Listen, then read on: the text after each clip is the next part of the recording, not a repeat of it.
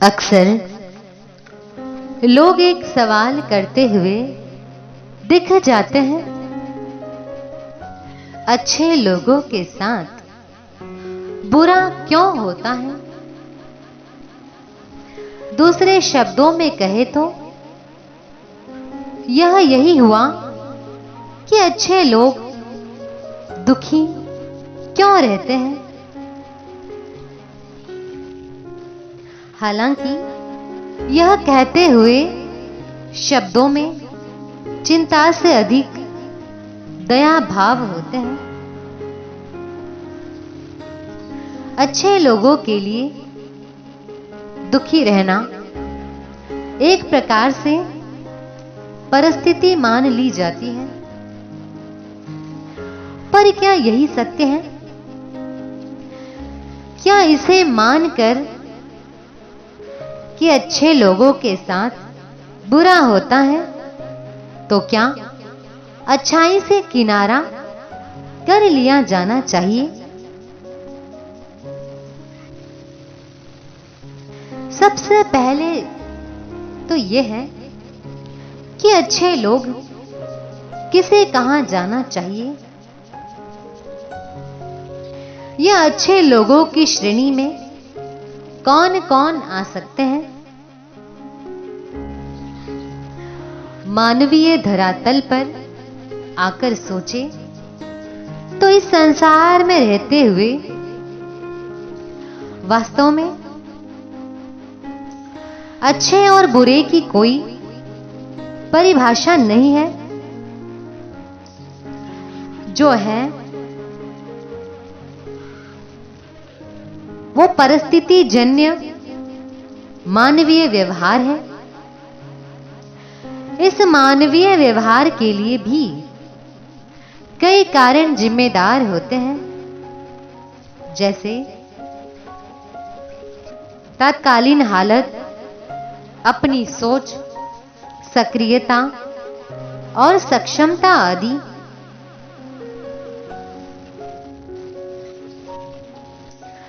अच्छे लोग हमेशा लोगों के काम आते हैं, लेकिन अधिकांश समय उन्हें अपने इस कार्य का सकारात्मक परिणाम नहीं मिल पाता है, या ज्यादातर समय हालात उनके विपरीत होते हैं। आखिर इसकी वजह क्या है? क्या यह उनकी किस्मत होती है या उनकी ही सोच या स्वभाव की कोई गलती है? मनोवैज्ञानिक धरा पर विश्लेषण करें तो 3 कारण इसकी मुख्य वजह होते हैं। पहला, दूसरों के लिए जीना या दूसरों की खुशी में खुश होना। दयालु स्वभाव के लोग दूसरों की मदद के लिए हमेशा तत्पर रहते हैं। इन्हें खुद के लिए कुछ करने से ज्यादा दूसरों के लिए कुछ करने में खुशी मिलती है। यही वजह होती है कि जहां जरूरत पड़ने पर ये हर किसी के काम आते हैं। वहीं इनकी एक खास बात ये होती है कि किसी की मदद करने के लिए ये अपनी जरूरतों को दरकिनार करने से भी पीछे नहीं हटते, पर इनके दुख का कारण ये नहीं होता है, बल्कि सामने वाले का स्वार्थी रवैया होता है। वास्तव में देखें तो अपनी सीमाओं से बढ़कर और अपनी परेशानियों को किनारे रखकर किसी और की मदद करने वाला व्यक्ति कभी कभी इन्हीं बातों के कारण दुखी हो जाता है।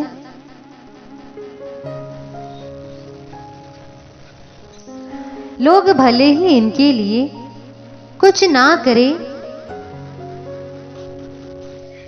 लेकिन इनसे कभी भी ना नहीं सुन पाते हैं।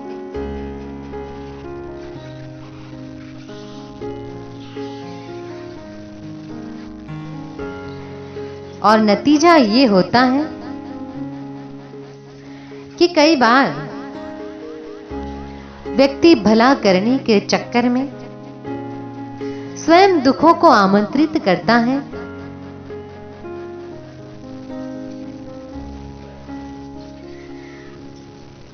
कई बार कड़वे अनुभव भी मिलते हैं। इसीलिए आप दूसरों की मदद भी करें, लेकिन स्वयं का भी विचार जरूर करें। दूसरी बात, अच्छे लोगों को ये सोचना चाहिए कि खुद की परवाह करना स्वार्थी बनना नहीं होता है। दयालु लोगों में एक और बात पाई जाती है कि ये अपने लिए शायद कभी जीते नहीं हैं।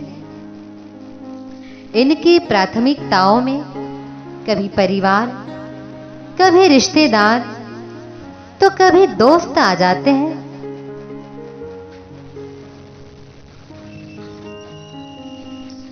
और इन्हें अपने लिए कभी जीने का समय ही नहीं मिलता, क्योंकि इनका हर कदम दूसरों को खुश करने के लिए होता है। उसे पूरा करते हुए ये अपने सपनों को पूरा करने के लिए कोई प्रयास नहीं कर पाते। आपको अपनी इसी सोच में थोड़ा सुधार लाने की आवश्यकता है। आपको यह समझना जरूरी है कि स्वयं के लिए सोचना स्वार्थी बनना नहीं होता, और दूसरों के लिए सोचने का मतलब यह नहीं होता है कि आप खुद के लिए ही बिल्कुल ना सोचें।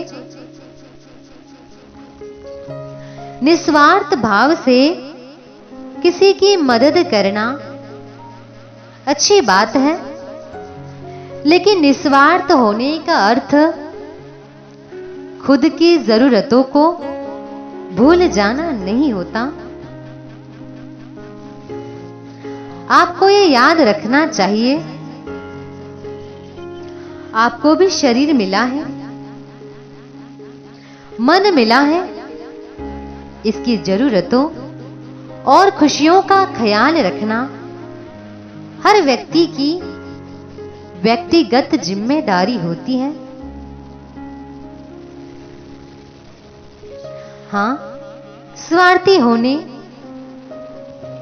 और जिम्मेदार होने के बीच का फर्क अवश्य समझ लें। कभी ऐसा नहीं होना चाहिए कि अपना हित साधने के लिए किसी अन्य का बुरा किया जाए, या समर्थ होते हुए भी जरूरत में किसी के काम न आए। यह स्वार्थी कहलाएगा। लेकिन औरों की जरूरतों का ख्याल रखते हुए अपनी भी जरूरतों का ख्याल रखने वाला बुद्धिमान मनुष्य होता है। तीसरी बात, और एक बहुत जरूरी चीज है, वह है उम्मीद रखना। आपने किसी की मदद की तो आपको औरों से कोई अपेक्षा या उम्मीद नहीं लगानी है।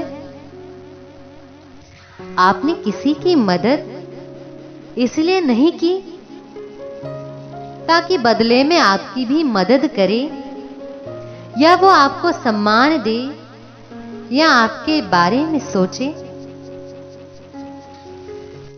आपका दिल और दिमाग ऐसा करना सही मानता है, इसलिए आपने अच्छा कार्य किया। फिर अगर बाद में आपके उस काम को पहचान या सम्मान नहीं मिला, तो आपको दुखी नहीं होना चाहिए। अगर आप उम्मीद रखते हैं तो वह उम्मीद आपके दुख का कारण बन सकती है। आपको यह समझने की जरूरत है कि सक्षम होते हुए किसी के लिए कुछ करना